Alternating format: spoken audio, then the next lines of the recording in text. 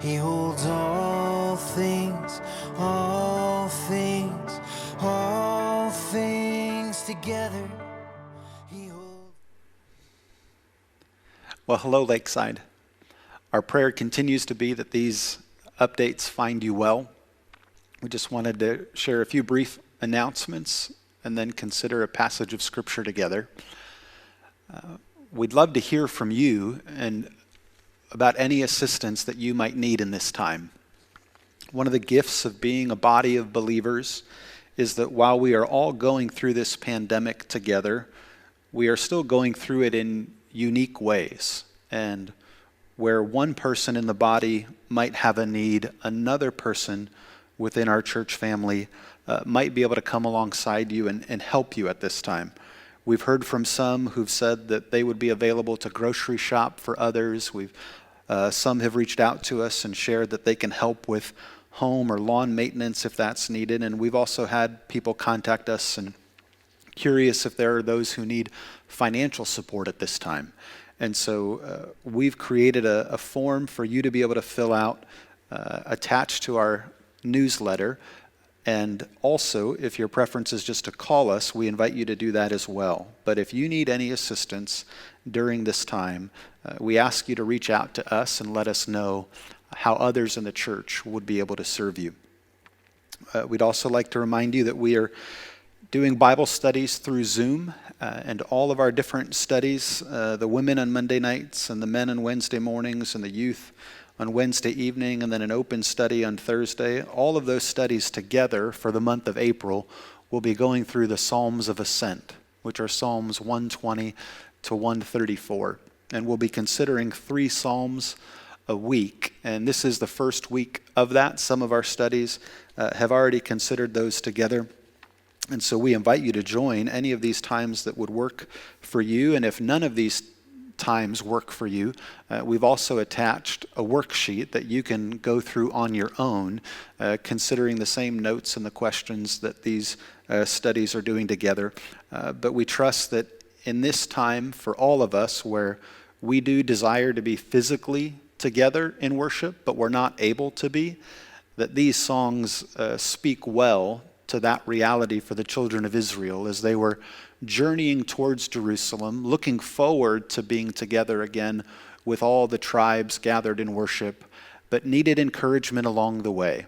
And these are, if you will, songs for the road that we believe will be a help to us as a church family in this next month.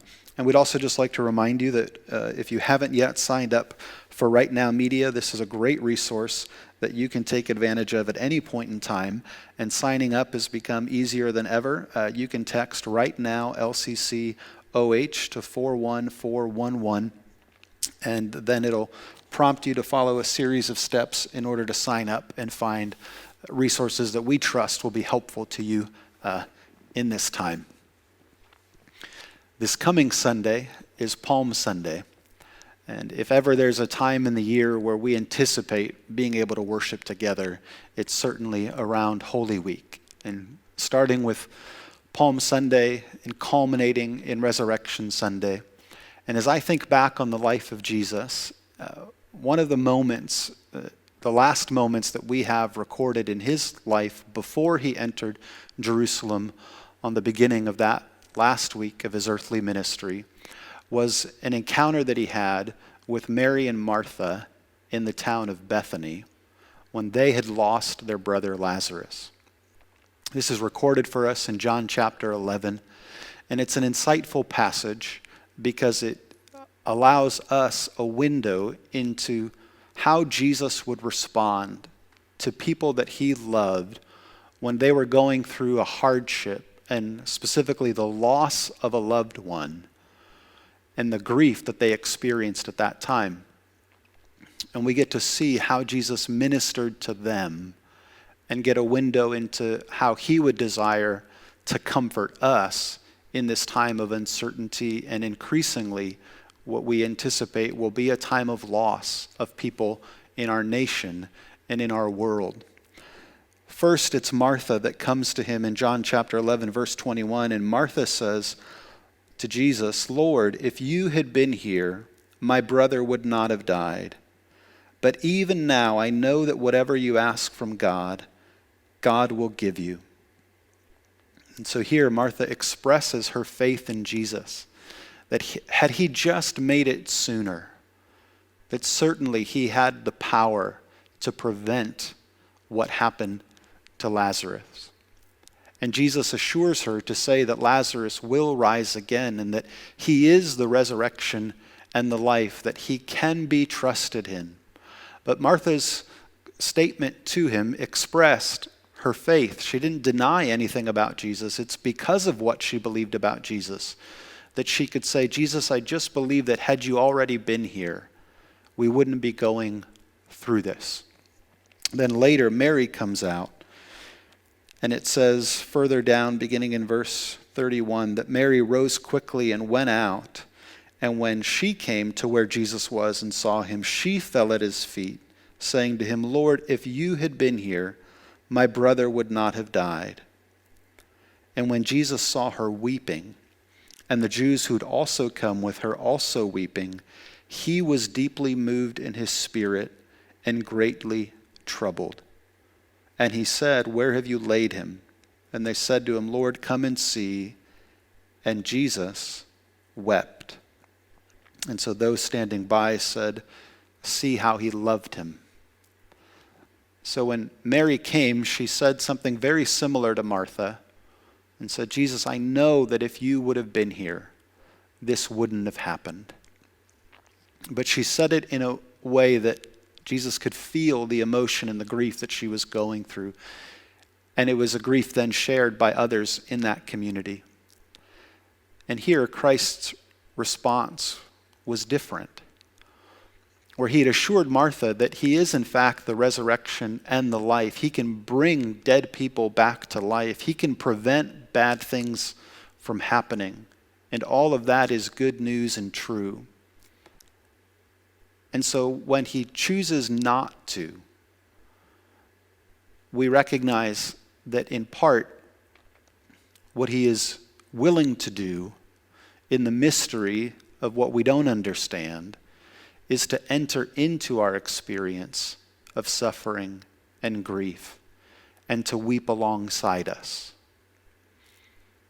And so Christ himself was moved to tears before he entered to Jerusalem and experienced all of the suffering that he would undergo on behalf of the world.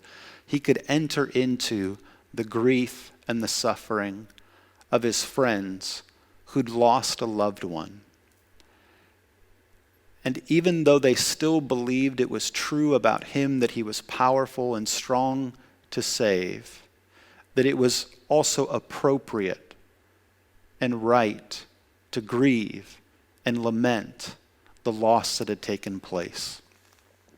And I hope that that is true for each of us, that in this moment where so much seems uncertain, and in our faith we believe that Jesus has the power to bring sickness to an end. He has power over death. And because we believe that, we struggle to understand why he doesn't, or why he hasn't, or doesn't do it in the timing or the ways that we might want. And to recognize that therefore it is completely appropriate to grieve, to weep, to question, and to know that he understands that grief as well, that he was willing to enter into that pain. And there is nothing about the truth of the future resurrection and life that he offers that is meant to take away for us now the appropriateness of our own humanity in grieving over what it is that we're all going through and suffering. We shared earlier, one of the things that we're working on at home is getting our youngest son, David, to memorize the Lord's Prayer. Because in that prayer we see, again, this tension and reality that there are things that we believe about God, that he is strong and mighty And there are truths about our own lives that we need him desperately. We need his help. We need his forgiveness. We need daily bread. We need protection from the evil one. And so that we need to learn how to come to God for those needs and to acknowledge them before him. Well, we're happy to report that he's doing well, and he actually has the entire thing down. That we hope is not something that he just learns in this moment, but that becomes a prayer that he can say for the rest of his life, like you can. That there's nothing wrong with coming to God with our needs, confessing them to him, and asking him for his mercy. Our Father, who art in heaven, hallowed be your name. Your kingdom come, your will be done, on earth as in heaven.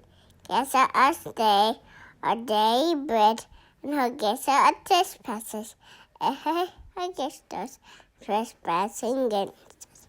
This not into temptation, but deliver us from you. Thine is the kingdom, the power, and the glory. Amen. He holds all things, all things, all things together.